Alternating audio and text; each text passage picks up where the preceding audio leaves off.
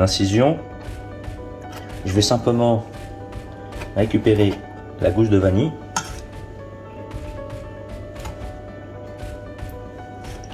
J'y plonge la gousse sur le feu en attendant qu'on puisse casser les œufs. Alors maintenant, on va passer à la deuxième étape.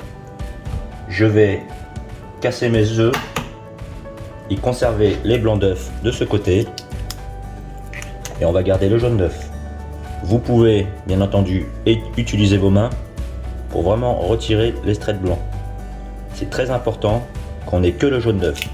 Alors, ici, hop, on enlève cette partie-là et je veux ce jaune d'œuf. Alors, on se sert de nos doigts.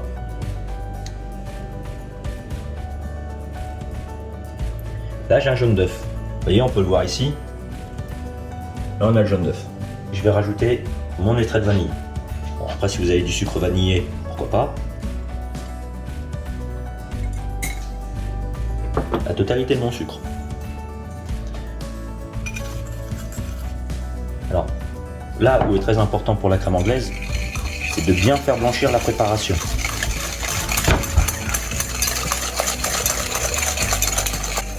Alors voilà, maintenant que j'ai cette préparation avec mes jaunes d'œuf et mon sucre,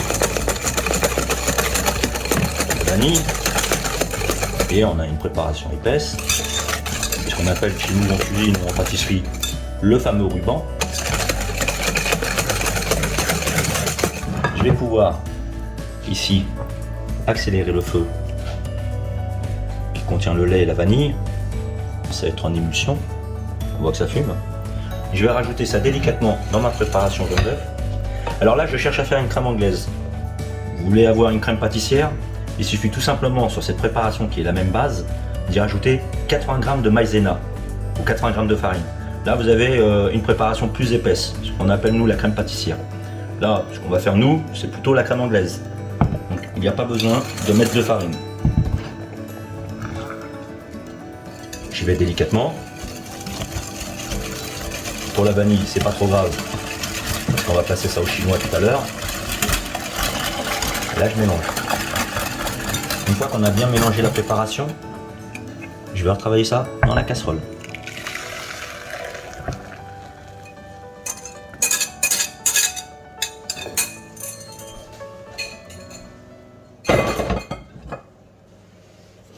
À l'aide d'une maryse ou d'une cuillère en bois, je vais tout simplement faire des rotations.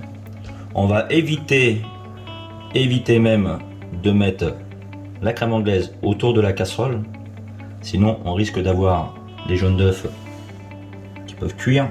Donc on ne cherche pas à cuire les jaunes d'œufs. Alors le repère sur le fin de cuisson d'une crème anglaise, c'est simplement ici. Vous voyez, je mets un trait.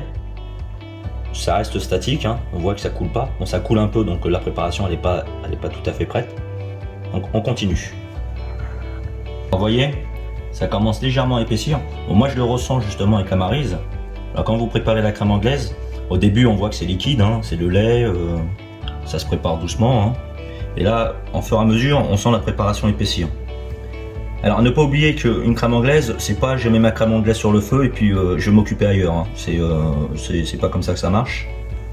Il faut vraiment y prêter attention de la début de sa préparation jusqu'à la fin. Alors pas trop accélérer le feu, hein. Y aller délicatement, hein. C'est la patience de la pâtisserie. Hein. Et on fait toujours attention que ça ne déborde pas sur les côtés de la casserole. Voilà, là je sens que la préparation elle commence à épaissir. Donc toujours mon repère. Hein. Donc ça coule encore, donc elle n'est pas prête. Donc je continue comme ça. Maintenant que j'ai cette préparation, on voit que là, ma préparation, elle a épaissi. Parce que la bande, vous voyez, voilà. Là, ma crème anglaise est terminée. Je vais pouvoir la débarrasser. Débarrasser la crème anglaise. Je me sers étamine, chinois étamine.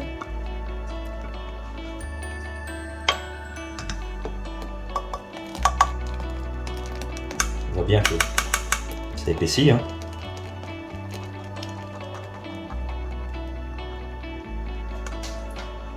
Alors maintenant, je vous recommande, avant de le conserver au réfrigérateur, ça serait de le laisser refroidir au moins une bonne heure à l'extérieur. Pour ça, j'y mets un couteau ou une cuillère en bois, de manière à faire échapper l'air en dessous.